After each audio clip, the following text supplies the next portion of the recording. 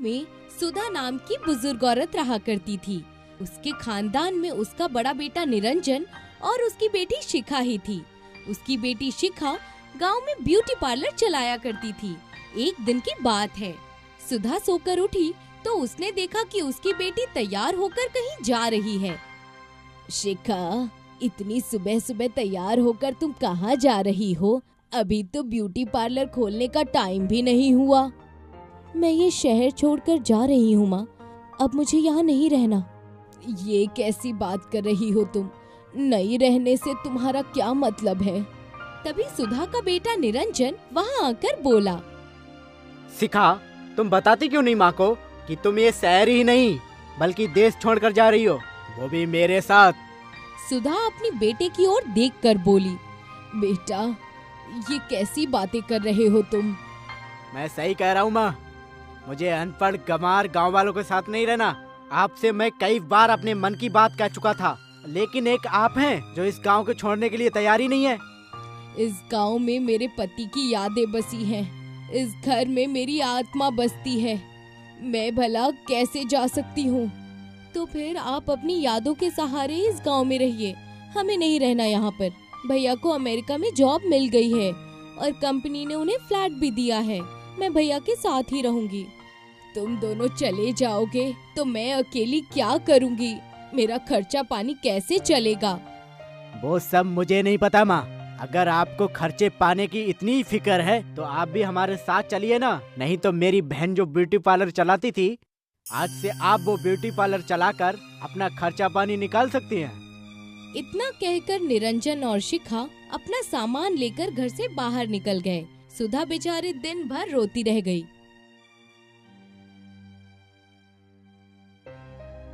अगले दिन सुधा अपने आप से बोली, मेरे बच्चे अपने आप को समझते क्या हैं? इन लोगों को क्या लगता है कि उनके बगैर उनकी माँ अकेले नहीं रह सकती? शिखा शायद भूल गई कि उसने ब्यूटिशियन का कोर्स मुझसे ही सीखा था। मैं उससे बेहतर ब्यूटी पार्लर चलाकर दिखा सकती हूँ। इतना बोलकर सुधा अपने ब्यूटी पार्लर की दुकान में चली गई। दुकान के बाहर मोहिनी शायद शिखा का इंतजार कर रही थी। सुधा को देखकर वो चौंक गई। माँ जी, आप यहाँ पर क्या कर रही हैं? शिखा मेम साहब नहीं है क्या? शिखा अपने भाई के साथ इस देश को छोड़कर चली गई। आज से मैं ही इस ब्यूटी पार्लर को संभालूंगी। क्या तुम्हें मेरे साथ काम करने से कोई एतराज है? मुझे तो बस अपनी सैलरी से मतलब है। ब्यूटी पार्लर आप चलाओ या आपकी बेटी, मुझे कोई फर्क नहीं पड़ता।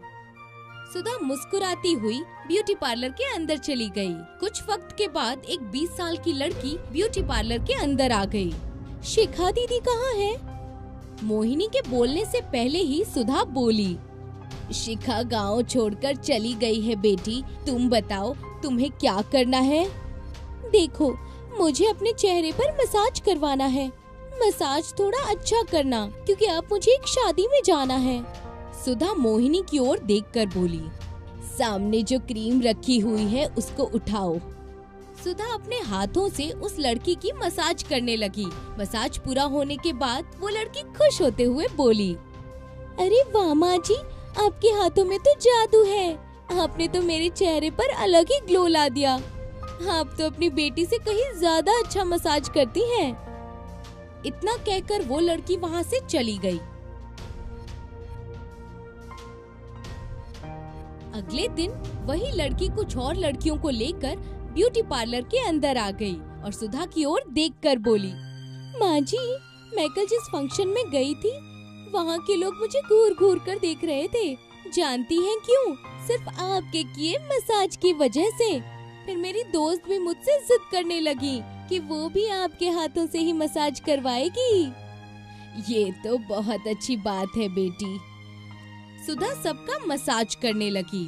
कुछ ही दिनों में सुधा का ब्यूटी पार्लर पहले से और ज्यादा अच्छा चलने लगा। वक्त ऐसे ही बीतने लगा। कुछ महीनों बाद सुधा के ब्यूटी पार्लर पर एक लग्जरी कार आकर रुक गई। कार के अंदर से एक लंबा चौड़ा आदमी अपनी बेटी के साथ ब्यूटी पार्लर के अंदर आकर सुधा से बोला, मेरा नाम करमदास है, मैं एक विधायक हूँ। कल मेरी बेटी की शादी है। सुना है कि आप मेकअप बहुत अच्छा करती हैं। ये तो मेरे लिए बहुत ही किस्मत की बात है विधायक जी, जो आप इतना यकीन करके अपनी बेटी को यहाँ लेकर आए। मैं आपकी बेटी को इतनी खूबसूरत बना दूंगी कि उसके शादी के वक्त उसके चेहरे पर से किसी की नजर नहीं हटेगी। सुधा विधायक की बेटी के चेहरे पर मसाज करने लगी। विधायक खुश होकर चला गया, मगर कुछ ही देर बाद वो कुछ गुंडों को लेकर आ धमका। ये तुमने बिल्कुल भी अच्छा नहीं किया। मैं तुम्हारा मसाज पार्लर बंद करवा दूंगा। ये कैसी बातें कर रहे हैं आप विधायक जी? अचानक आपको क्या हो गया? कुछ वक्त पहले तो आप बहुत खुश होकर गए थे। तुमने मेरी बेटी की चेहरे पर क्या किया है? जब से वो अपने चेहरे पर मसाज करवा कर घर गई है, उसके चेहरे पर खुजली हो रही है। जानती हो, उसका तुमने पूरा चेहरा खराब कर दिया है। मुझे शहर से डॉक्टर बुलवाना पड़ा। मेरी समझ में नहीं आ रहा कि मैं क्या करूं। कल उसकी शादी है, कहीं लड़के वाले उसका चेहरा देखकर शादी के लिए मना नहीं कर दें। मैंने तो उसी क्रीम से मसाज किया था जिस क्रीम से मैं हर लड़की की मसाज करती हूँ। वो सब मुझे नहीं पता। आज के बाद ये ब्यूटी पार्लर अब नहीं चलेगा। इतना कहकर विधायक ने सुधा को ब्यूटी पार्लर से बाहर निकाल दिया। उसके पार्लर में ताला लगा दिया। बेचारी सुधा मायूस मन से अपने घर पर थी कि तभी मोहिनी वहाँ पर आ गई। माँ जी, आपका ब्यूटी पार्लर तो वहाँ से बंद हो चुका है। अब मुझे मेरी तनख्वाह दे दीजिए आप। ये तुम कैसी बातें कर रही हो बेटी? अगर तुम अपनी तनख्वाह कुछ दिन बाद लोगी तो क्या तुम्हारा कुछ बिगड़ जाएगा? माँ जी, मुझे किसी चीज से कोई मतलब नहीं है। मुझे बस मेरे पैसे चाहिए, लेकिन इस वक्त मेरे पास पैसे नहीं है। मुझे तुमसे यही उम्मीद थी बुढ़िया। अच्छा हुआ कि तुम्हारे साथ ऐसा हुआ। इतना कहकर मोहिनी गुस्से में वहाँ से निकल गई और सीधे उस गांव के मुखिया के पास आ गई। मोहिनी को देखकर मुखिया मुस्कुराता हुआ बोला, आखिरकार तुमने वो करके दिखाई दिया जो तुमने मुझसे करने का वादा किया था। अब मैं इस गांव में अपनी बेटी का ब्यूटी पार्लर खोलूंगा और तुम्हें 2 गुनी तनख्वाह पर वहाँ पर रखूंगा। लेकिन अभी आपको उस बुढ़िया का जीना और हराम करना होगा। मुझे लगता है कि वो बुढ़िया ऐसे ही चुप नहीं बैठेगी। फिक्र मत करो, उसके लिए मैंने कुछ सोच रखा है। अगले दिन मुखिया कुछ आदमियों को लेकर सुधा के घर पर आ गया। सुधा से बोला, तुमने हमारे कस्बे का नाम खराब किया है, इसलिए तुम्हें इस कस्बे को छोड़कर जाना होगा। ये कैसी बातें कर रहे हैं आप मुखिया जी? सही कह रहा हूँ मैं। तुमने विधायक जी की बेटी का चेहरा खराब कर दिया। अगर तुम यहाँ पर रुकी तो पता नहीं तुम किस किस का चेहरा खराब कर दोगी। मैंने ऐसा जानबूझकर नहीं किया। वो सब मुझे नहीं पता। अगर तुम सीधे तरीके से यहाँ से नहीं जाओगी तो मजबूरन तुम्हें गांव वाले यहाँ से धक्के देकर निकाल देंगे। लेकिन मुखिया जी, मैं बुजुर्ग बेसहारा कहाँ पर जाकर भटकूंगी? मुझे उससे कोई मतलब नहीं, तुम यहाँ से निकल जाओ। मुखिया ने सुधा को धक्के देकर उसके ही घर से उसे बाहर निकाल दिया। सुधा बेचारी भूखी प्यासी एक खेत में जा पहुंची। तभी एक अजनबी औरत सुधा के पास आ गई। कौन हो तुम? तुम्हें काफी देर से देख रही हूँ। तुम्हारे परिवार वाले कहाँ हैं? उस औरत की हमदर्दी देखकर सुधा की आंखों में आंसू आ गए। वो रोते हुए अपने साथ घटी घटना बताने लगी। देखो, तुम चाहो तो मैं तुम्हारी मदद कर सकती हूँ। इस गांव के हाईवे पर मेरा घर बना हुआ है। मैं भी किसी जमाने में ब्यूटी पार्लर चलाया करती थी, जो कि अब बंद हो चुका है। तुम चाहो तो उस ब्यूटी पार्लर को दोबारा चला सकती हो और मेरे घर पर भी रह सकती हो। मैं कुछ सालों के लिए ये गांव छोड़कर जा रही हूँ। लेकिन आप मेरी इतनी मदद क्यों कर रही हैं?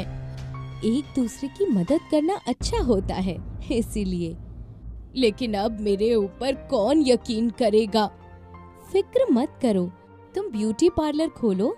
मेरे ब्यूटी पार्लर में जो क्रीम रखी हुई है, तुम उसी क्रीम से ही लोगों के चेहरे पर मसाज करना और उसके बाद तुम देखना उसका कमाल। सुधा उस औरत के साथ चली गई और उसका ब्यूटी पार्लर आंखें फाड़ फाड़ कर देखने लगी, क्योंकि वो बहुत ही खूबसूरत बना हुआ था। वो औरत सुधा को सब कुछ समझाकर वहाँ से चली गई। अगले दिन सुधा ब्यूटी पार्लर खोलकर बैठ गई। कुछ ही वक्त बाद एक बुजुर्ग औरत सुधा के ब्यूटी पार्लर के अंदर आ गई। क्या आपको अपनी बेटी का मसाज करवाना है? लेकिन आपके साथ तो कोई नजर नहीं आ रहा है। ये कैसी बातें कर रही हो तुम? क्या बूढ़ी औरत को मसाज करवाने का कोई हक नहीं है? मेरे चेहरे का मसाज करो। मैं भी आजकल की जवान लड़कियों से कम नहीं हूँ। सुधा मुस्कुराते हुए उस बुजुर्ग औरत का मसाज करने लगी और वो जवान हो गई। मैं तो जवान हो गई, ऐसा कैसे हो सकता है? ये तो मेरी भी समझ में नहीं आया कि ऐसा चमत्कार कैसे हुआ। बुजुर्ग औरत अब जवान हो चुकी थी। उसने ढेर सारे पैसे सुधा के हाथ में रख दिए। एक दिन सुधा के मन में एक ख्याल आया और वो अपने आप से बोली, हमारे देश में बहुत सी ऐसी लड़कियां हैं जो ज्यादा उम्र होने की वजह से अपने घर पर बैठी हुई हैं और कोई भी उनसे शादी नहीं करता। आज के बाद मैं उन लड़कियों की मसाज मुफ्त में करूंगी। सुधा ने अखबार में एक इश्तिहार दिया। इश्तिहार देते ही उसके मसाज पार्लर में और लड़कियों की लाइन लग गई जो उम्र ज्यादा होने की वजह से बूढ़ी नजर आती थीं। कुछ दिनों के बाद वही विधायक अपनी बेटी को लेकर सुधा के पास आया। मुझे माफ कर दो माँ जी, मैं अपनी बेटी का बिगड़ा हुआ चेहरा देखकर कुछ ज्यादा ही गुस्से में आ गया था। मैंने आपकी बेइज्जती की। मुझे नहीं पता कि तुम्हारी बेटी का चेहरा कैसे बिगड़ा, लेकिन यकीन मानो तुम्हारी बेटी का चेहरा बिगाड़ने में मेरा कोई हाथ नहीं है। मेरी बेटी की शादी टूट गई, उससे कोई शादी करने को तैयार नहीं है। फिक्र मत कीजिए। इतना कहकर सुधा उसकी बेटी के चेहरे पर मसाज करने लगी। मसाज करते ही उसकी बेटी का चेहरा बिल्कुल ठीक हो गया। इधर गांव का मुखिया सुधा का ब्यूटी पार्लर चलना देखकर काफी परेशान हो चुका था। वो नाराज होते हुए मोहिनी की ओर देखकर बोला, आखिर ये सब कुछ हो क्या रहा है मोहिनी? मुझे खुद नहीं पता, बस इतना पता है कि बुजुर्ग औरतें उसके पार्लर में जाती हैं और जवान होकर बाहर निकलती हैं। अरे उसने तो बहुत ज्यादा उम्र की औरतों को भी जवान करना शुरू कर दिया है। धीरे धीरे नाम उसका फेमस होता जा रहा है। अगर ऐसा ही हाल रहा तो वो दिन दूर नहीं जब उसकी औकात मुझसे भी बड़ी हो जाएगी। बड़ा हो नहीं जाएगा बल्कि बड़ा हो चुका है। शायद आपको पता नहीं कि जिस विधायक की बेटी का चेहरा मेरी वजह से बिगड़ा था, कल उस बुढ़िया ने उसका चेहरा बिल्कुल सही कर दिया। आखिर उसके पास ये तिलिस्मी शक्तियाँ आई कहाँ से? पता नहीं। वो जिस जगह पर अपना ब्यूटी पार्लर चला रही है, वो जगह बरसों से बंद पड़ी हुई थी। सुधा वहाँ पर कैसे पहुँची, इसका किसी को कोई अंदाजा नहीं है और लोगों को इस बात से मतलब भी नहीं है, क्योंकि सुधा सबकी मदद कर रही है। मेरे पास एक तरकीब है। हमें इस रहस्य को जानने के लिए उसके ब्यूटी पार्लर के अंदर जाना होगा। तुम एक बहुत अच्छी ब्यूटिशियन हो, तो मेरे और अपने चेहरे का ऐसा मेकअप करो हम दोनों बिल्कुल बूढ़े नजर आएं। उसके बाद जाकर देखते हैं कि आखिर वो क्या चमत्कार करती है। वो दोनों बुजुर्ग का रूप लेकर सुधा के ब्यूटी पार्लर में चले गए। मैं बूढ़ा होने के साथ साथ बहुत ज्यादा बदसूरत भी हूँ। लोग मुझे ताने देते हैं। मैं चाहता हूँ कि आप मुझे जवान कर दें। मैं सिर्फ लोगों के चेहरे का मसाज करती हूँ। वो कैसे जवान हो जाते हैं ये मुझे भी नहीं पता। वैसे तुम्हारे साथ में ये कौन है?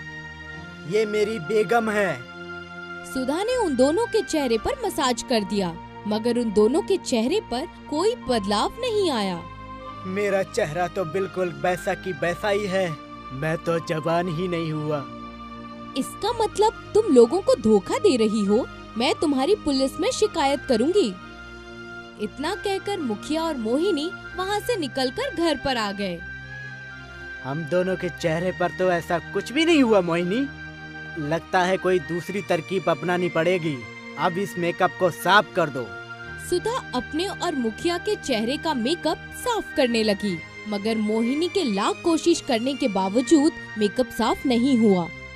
क्या हुआ मोहिनी, तुम्हारा मेकअप मेरे चेहरे से उतर क्यों नहीं रहा? मुझे नहीं पता मुखिया जी कि ये सब कैसे हुआ। मेरे भी चेहरे से मेकअप नहीं उतर रहा। ऐसा लग रहा है कि जैसे कि ये मेकअप हमारे चेहरे के अंदर बस गया है। मुखिया और मोहिनी घबराकर सीधे सुधा के पास चले गए। मुझे माफ कर दो। मुझे भी माफ कर दीजिए। मेरी ही वजह से आपका ब्यूटी पार्लर बंद हुआ था। मैंने ही आपको खराब क्रीम दी थी, जिसकी वजह से विधायक जी की बेटी का चेहरा बिगड़ा। और अब हम दोनों को प्लीज ठीक कर दीजिए। तुम दोनों यहाँ से जा सकते हो। शायद मालिक ने तुम्हें तुम्हारे कर्मों की सजा दी है। और रही बात जवान होने की, तो मैं सिर्फ लोगों का मेकअप करती हूँ। वो कैसे जवान हो जाती हैं मुझे भी नहीं पता। मोहिनी और मुखिया मायूस होकर रोते हुए वहाँ से चले गए। तभी वहाँ पर एक तेज प्रकाश हुआ और वही औरत जिसने सुधा की मदद की थी सामने प्रकट हो गई। कौन हो तुम? मैं मेकअप की देवी हूँ।